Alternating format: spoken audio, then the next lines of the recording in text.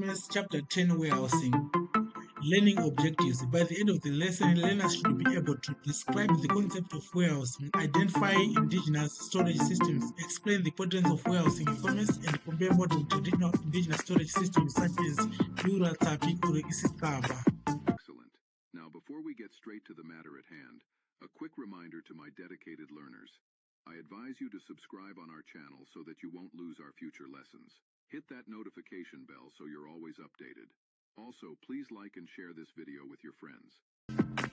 Introduction to warehousing. Definition. Warehousing refers to the process of storing goods in a safe place until they are needed.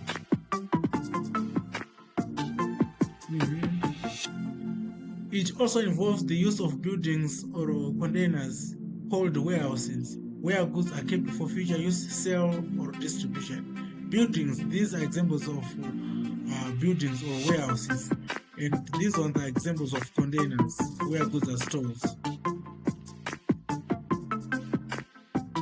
Why warehousing is important? It is important because of the following reasons. Number one, to protect goods from damage, theft, or weather. It also allows business to keep stock for when demand increases. It also helps balance the supply and demand by storing surplus goods. For example, in Zimbabwe, if the Grain Marketing Board stores maize during the bumper harvest, it can release maize meal into the market during poor harvest years. This helps avoid shortage and keeps prices from rising sharply, thereby reducing inflationary pressure. For example, when there is the undersupply, price will increase, especially during the drought years. But if there is controlled supply, maize meal will be controlled. It also ensures that availability of seasonal goods throughout the year. It also reduces wastage, especially of perishable goods like grains or vegetables. It also makes distribution of goods easier and more organized.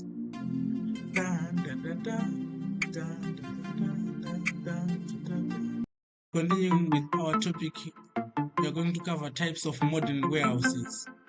There are several types of modern warehouses depending on the purpose, starting with the private warehouse, which is owned by business for storing their own goods. We have got private, this is how it looks, private warehouses. Then moving on to public warehouses, they are rented out to various traders by warehouse owners. So this is how public warehouses look like. As you can see, these are rented apartments, each uniform having each apartment for renting. Right, let us now move on to the next concept. Moving on to cold storage.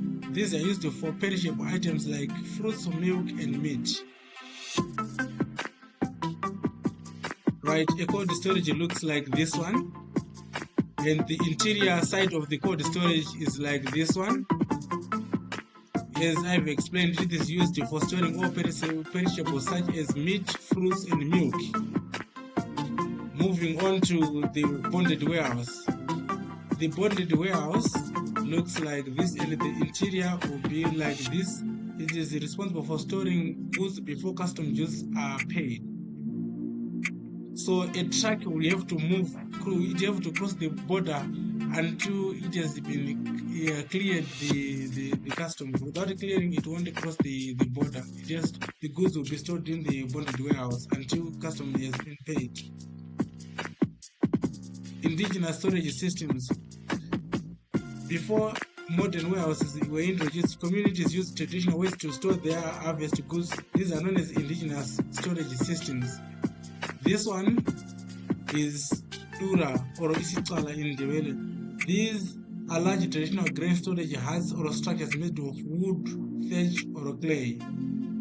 They are usually raised above the ground to protect the floods and pests. As you can see here, they are mostly used to store maize, millet, sorghum, and groundnuts, and they are found in communal areas and villages. Moving on to tsapi. This one is a small clay or wooden storage container used in households, suitable for smaller quantities of grains and dried vegetables. often placed indoors or in kitchens. Right, benefits of indigenous storage systems. Number 1, made from local available materials. Number 2, affordable for most families. Number 3, encourage food security and self-reliance. Number 4, preserve cultural and traditional knowledge.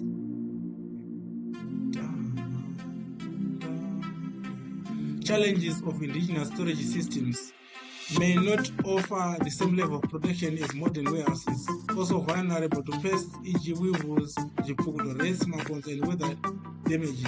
Limited storage capacity for commercial use. Comparison between modern and the indigenous storage system. Looking at the feature of modern warehouse and indigenous storage. Structure, the feature number 1. In modern warehouses, there are large buildings with steel, bricks, or concrete, where in indigenous there are clay, huts, wood, thatch, or wooden materials. Capacity. In modern warehouses, there is high capacity suitable for business, while in indigenous storage there is low to moderate capacity for household use. Protection. In modern warehouses, there are better protection from weather and pests, while in indigenous they may be exposed to moisture and rodents. Cost. In modern warehouses, they are expensive to build and maintain, while in indigenous storage they are cheap and use local materials. Technology. In modern warehouses, they may have ventilation, cold rooms, or security, while in indigenous there is no technology but designed using local materials. Values, attitudes promoted through warehousing. Value and explanation, starting with responsibility. It encourages people to take care of goods in storage. Planning. It requires planning ahead for future use or sale of goods. Self-reliance. Indigenous storage systems teach communities to manage their own food supplies. And then we move on to preservation. Preservation promotes the value of protecting goods to avoid waste. And then respect for culture. Respect for culture encourages the use and appreciation of traditional knowledge. To conclude this topic, we can say that warehousing is an essential part of commerce and daily life. It helps keep goods safe, reduces waste, and ensures availability when needed.